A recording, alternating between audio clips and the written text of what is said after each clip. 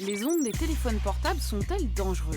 C'est ce qu'affirme un médecin qui vient de publier un livre intitulé PhoneGate et qui s'attaque à un sujet qui fait débat depuis des années, bien avant qu'on s'inquiète pour la 5G. Nos téléphones sont-ils dangereux? Quels sont les effets des ondes quand on appelle ou tout simplement quand on range son téléphone portable dans sa poche? L'auteur du livre est médecin généraliste, il s'appelle Marc Arazzi et il a résumé au micro de France Info pourquoi notre objet préféré peut être dangereux. Notre Agence nationale de sécurité sanitaire a fait dans son dernier rapport de 2019, a montré qu'il y avait une multiplication par 4 et plus des cancers du cerveau les plus graves, les glioblastomes.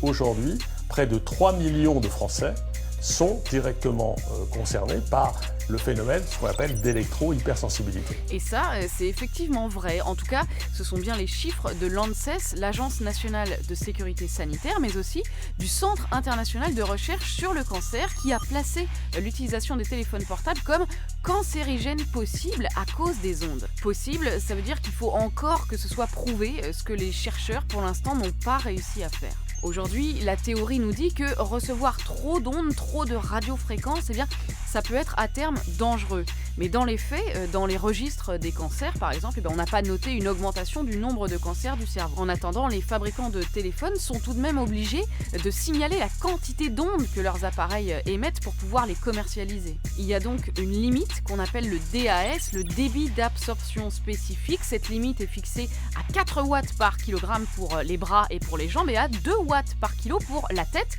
et le tronc. Or, on sait que 9 téléphones sur 10 dépassent cette limite. En fait, les autorités sanitaires ont découvert que les mesures fournies par les fabricants sont faites à 10 ou 15 mm de la tête au lieu des 5 mm recommandés, d'où ces chiffres d'émissions d'ondes très faibles. Le problème, c'est que personne ne téléphone en tenant son portable à 1,5 cm de son oreille, donc en réalité, la quantité d'ondes reçues est bien plus élevée qu'affichée. Alors évidemment, si on utilise des écouteurs, on est moins exposé puisque l'appareil n'est pas collé au visage.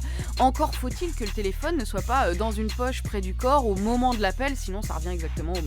Enfin, pour ceux qui se demandent si les AirPods, les écouteurs sans fil, sont dangereux, eh bien là aussi, on ne sait pas encore. Dans le doute, l'Organisation mondiale de la santé, par exemple, a classé ces ondes de type Bluetooth comme potentiellement cancérogènes, mais en réalité, il n'y a pas eu d'études sur le sujet, ni en France, ni ailleurs. Donc, conclusion, personne ne peut vraiment affirmer quoi que ce soit sur la dangerosité ou non des ondes Bluetooth.